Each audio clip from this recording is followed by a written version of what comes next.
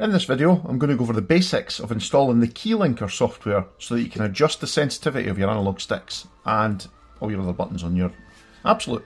So first you need to go into the Google Play Store and find the Keylinker app and then install that. You can install it right on your Abxylute, or you can install it on an Android handheld, or I believe there is an iOS version for iPhones. But I just install it locally on my device.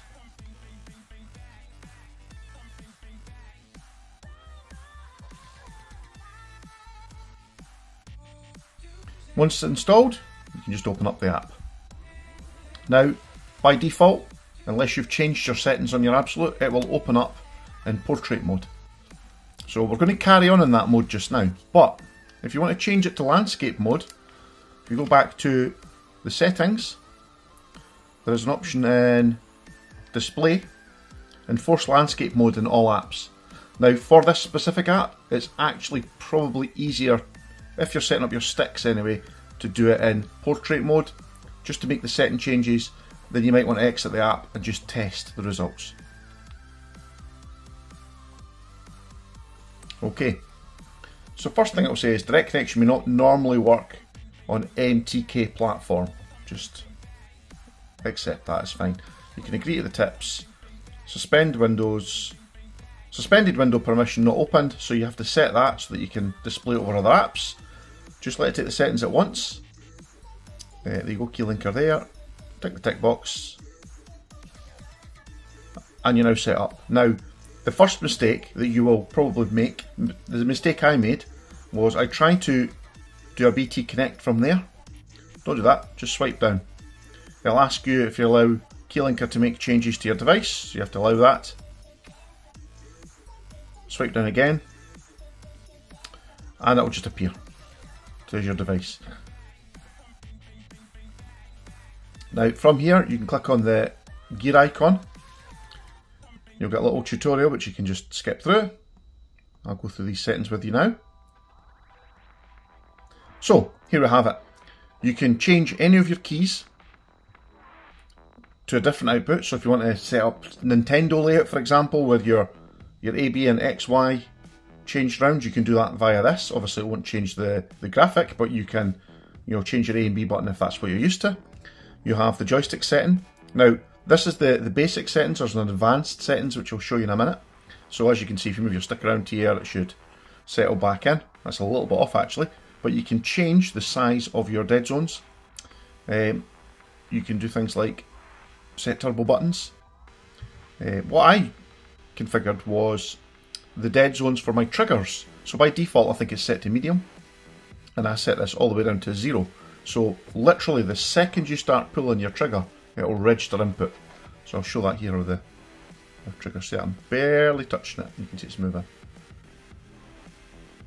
So I set that down to 0, that's my personal preference. And you can apply that. We click on the app button at the bottom here, or revoke it. You can revoke it anytime. If you don't like the settings you've put up, you can just put them back where you found them. Now we're going to delve into the advanced settings now, so you click on the 3 buttons at the top here and go into the advanced option there, and it'll switch to advanced mode. Click yes. Where this will be handy is if you go into joystick, you can now make quite a few changes to your sticks. So you can change how big your dead zone is in the centre, the outside edge.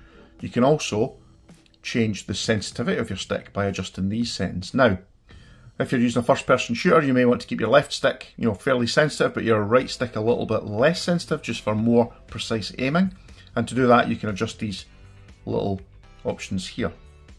And what you'll find is, if you're moving both your sticks, you'll find that one of them will be a bit more precise in its movement, a bit slower. Difficult to show on video here, but you can adjust these settings till you find something that you're happy with in game, and you can apply that and then go test it in game. If you're not happy with it, come back and adjust it. If you want to revert back, you just click on the revoke button at the end there. So I hope this little video has been helpful for you.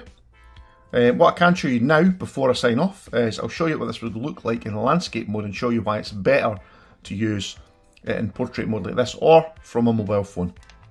So if you go back and we'll put those settings on where it is for snaps to landscape mode. Go back into Keylinker.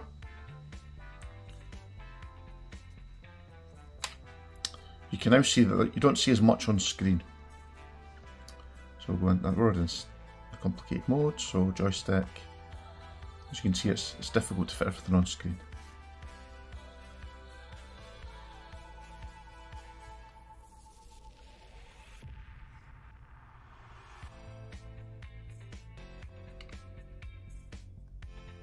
As you can see, the box for adjusting the sensitivity is very small now. So I would recommend doing it in portrait mode just until you get the setup that you want. And then once you've set this, you can just forget about it. I would probably keep the Keylinker software installed for future uses, but it's not a small app, it doesn't take up much space. That was the reason I installed it locally on my Abxylute rather than on my mobile phone, because I may forget about it, whereas it's on the device. I always remember it's there. Hope this video has been helpful for you, and I'll catch you in the next video. Bye for now.